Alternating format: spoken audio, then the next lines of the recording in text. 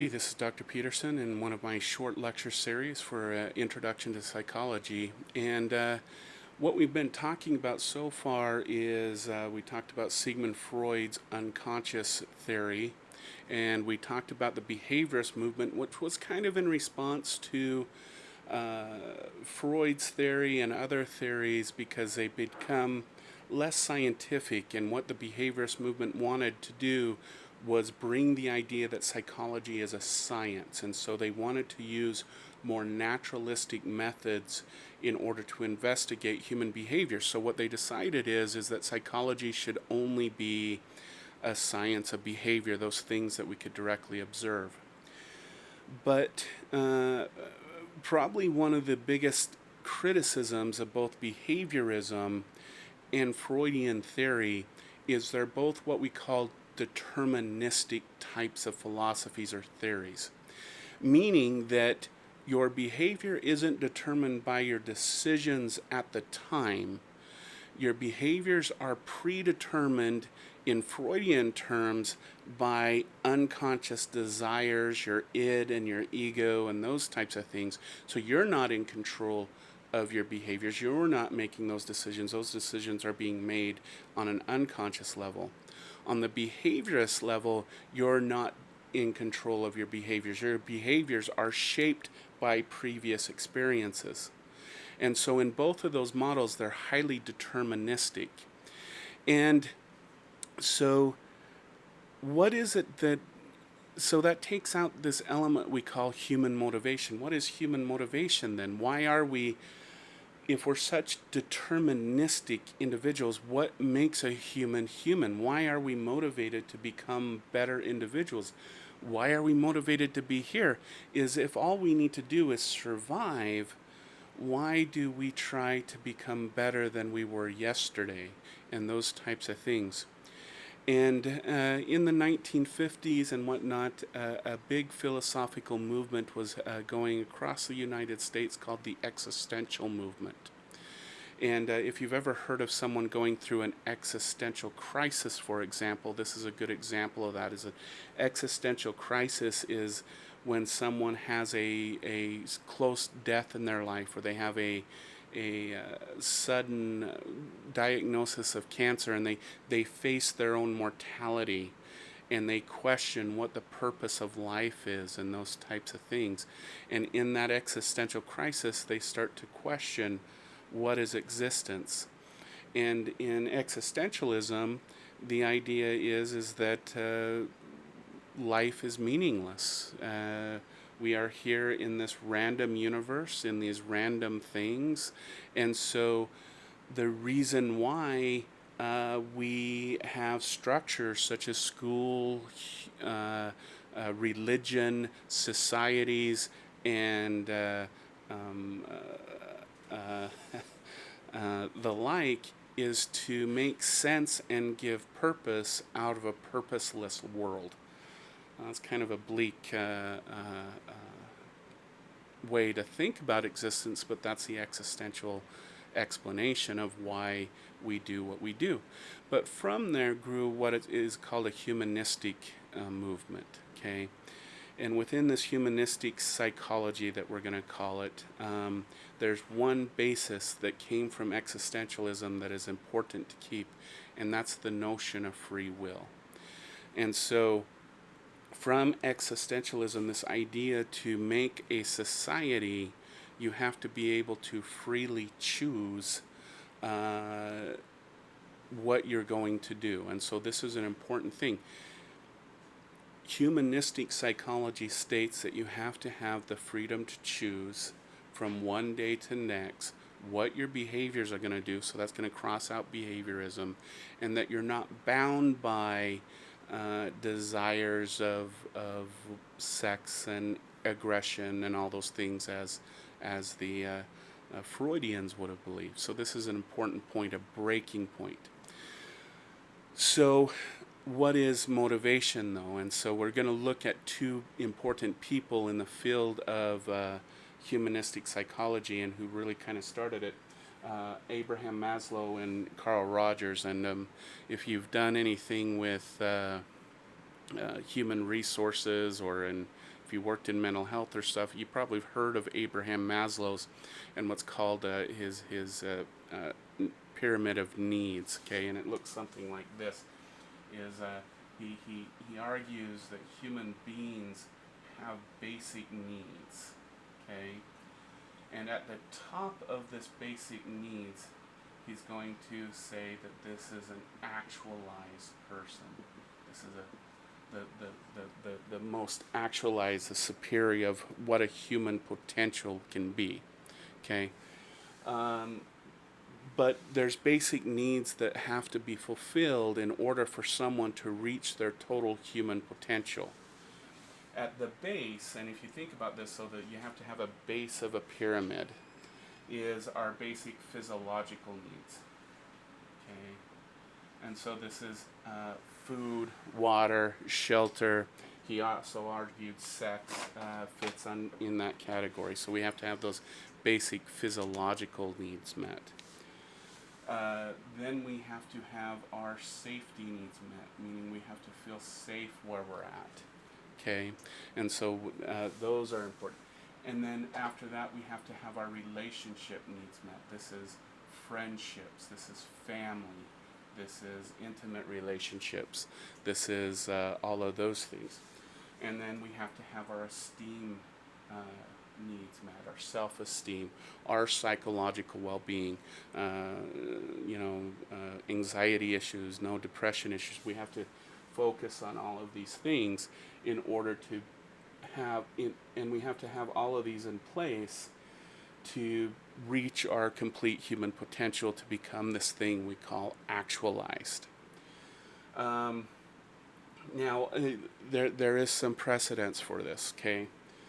If we look at businesses, for example, they've taken this model and they've looked at this, and we have found that businesses that have all of these elements have high-performing organizations. So organizations that provide a livable wage, for example, provide, basic needs while employees are at work, access to food, water, those types of things.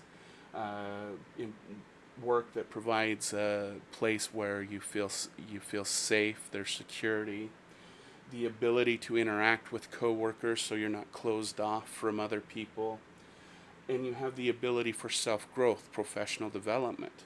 We find that those are high-achieving organizations. So if you're going into business, this is the kind of organization you'd want to establish. In the field of social work, in the field of counseling and therapy, this is also what you assess when you have a client. You have a client come in, and these are the things that you assess. Do they have housing? Do they have a job? What is their work life? Are they safe where they're at? Is there violence in the home? What is their neighborhood like? Do they have stable relationships? Do they have consistent relationships? Do they have social support? Where are they psychologically, emotionally? Do they have symptoms of depression, anxiety, or other psychological disorders? And so these are all areas you would assess. So this model has been used quite a bit, but in most cases it's more like a square than it is a pyramid, because all of these are taken at equal amounts, but that's besides the point. And we'll see throughout the course which is more important, because when we get to social psychology, we might want to put relationships down here, because we find that if you take human relationships out, human beings stop to thrive as much as they would if you stop feeding or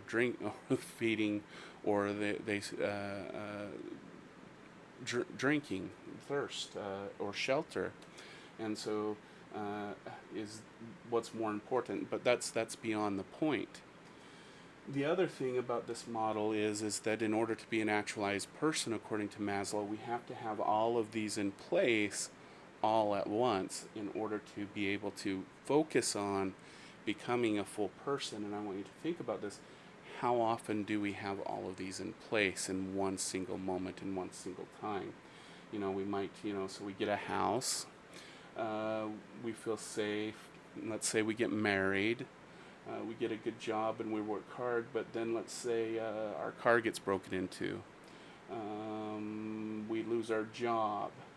Uh, Maybe we get divorced, and so at any one time, these might fail to adjust and whatnot. And indeed, most research shows that less than about 10% of a population ever has these in place to become an actualized person. And indeed, the list of quote unquote actualized people is very small and only includes people like Martin Luther King and Dalai Lama and a few other individuals who actually achieved this. But in a more practical level, I want to use Carl Rogers' terms for what is an actualized person, because I like his terminology because it provides a little bit more definition than what Maslow provided. What Rogers argued is that we have really kind of two selves, and he used a couple different terms, and I'm just going to use terminology that I think is easy to understand here. Is that we have kind of basically two selves. We have a real self, which I believe he called the organic self, and we have an imagined self. Okay. The real self is who you are watching this video existing. It is everything you bring to this. It's nothing that you're not, okay? Your imagined self is the person you think you should be. Yeah, so if you think you should be the straight A student or the greatest mom or the greatest dad or the greatest son or the greatest whatever it may be, that's the imagined self, okay? Now, Carl Rogers was a clinician, and this is something that he aspired to, and something you should know about humanistic theory, and what kind of makes it unique in approaches is what Rogers believed is that for a therapist and for psychology, for any given problem a person faces, the individual knows the answer. It lies within the person. It exists. But what they need is a space, an environment that is there where that answer can be accessed by the individual. Okay? What that person needs to receive from a person is something he called unconditional, positive regard. Okay. But the question is to give this, what do we need to do? Okay, what do we have to do as a person? Well, we have to become self-actualized according to Carl Rogers. But how do we do that? And this is where we come back to the real self and the imagined self. Okay. So, what Rogers is going to argue is that to be a self-actualized person, the real self and the imagined self have to be one and the same. Okay. Now, this is where it gets a lot of confusion, because does that mean that I have to become the superstar? All right. I like to think that that I can rap, which I can't. I'm totally horrible at it. But I thought I could do a rap career, let's say. And if I took on the notion to become a self-actualized person, I needed to become the best rapper in the world, I would fail miserably and become very miserable, because that's not how I could do it. And that's not what Rogers meant. He didn't say that to become actualized, your real self has to become that imagined self, that person you think you ought to be. No. What Rogers advocated for is a complete and total acceptance of the self. And what he meant by that is that you accept all of your best qualities and everything good about yourself, but you also accept everything that is not good about yourself, and you admit to those. And through that admission, you can then work on it. Now, a lot of times we have a hard time with that because our inability to admit something is usually brought out through our prejudices. Usually our prejudices are there because we have something we can't admit to because there's something we don't like about ourselves. Okay? And so our real self and our imagined self become one and the same when we come to a complete and total acceptance for who we are as an individual. Okay? And I want you to think about that. That means that you exist without prejudice. Hence, when I said a self-actualized person, individuals like Martin Luther King are those kind of individuals, that is what I was meaning by that, is that's an individual who has come to completely accept themselves, therefore they can completely accept everyone else, because that's when you're actually able to give someone unconditional positive regard. These are the kind of individuals who may disagree with someone who is a pedophile, but they're able to work with them. For example, this is someone who is able to go into a conflict and is able to calm the room instantly down and work with both sides in a neutral way. Okay? So going back to the humanistic theory, so this I think is the best definition of what actualization is it's when your real self and your imagined self is one and the same. And what Rogers found, and this is kind of an interesting, and even today, is the further apart one's real self is from their imagined self, the more dysfunction we see. So the more depression we see, the more anxiety we see, eating disorders, all these types of disorders that deal with anxiety, depression, trauma. The further those things are apart, the more intense the symptomology. And what Rogers found is the closer you could bring those together, the symptoms became less and less and less. And so that's another interesting aspect of this. But again, what Rogers argued, and this becomes one of the other stereotypes of therapy, is it's the job of the therapist to bring out these answers. So this is where, if you ever saw a sitcom where the therapist just sits there and the person is talking and the therapist, tell me more, can you explain that more, and the client eventually says, well, what do you think about that? And the therapist says, I don't know, but what do you think about that? And they never give a really clear answer about that. That is humanistic theory, because in this, the opinion of the therapist doesn't matter. What the only opinion that matters is the client and bringing the client to that ultimate answer that the client already has inside. That's pure humanistic theory. We will find when we get to, at the end of the semester, when we talk about different therapies, humanistic approach works wonderful in the beginning of the therapeutic approach, but then you have to put in different techniques in the end using more cognitive approaches in those to be effective. It's great for relationship building, it's great for other approaches, but it does have its limitations. But this idea of becoming a self-actualized person through letting go of those things that you may never be, through acceptance of who you are, allows you to grow and develop, because once you truly accept those things that are not so good for you, you can understand them and you can grow from them. And so that's a humanistic approach.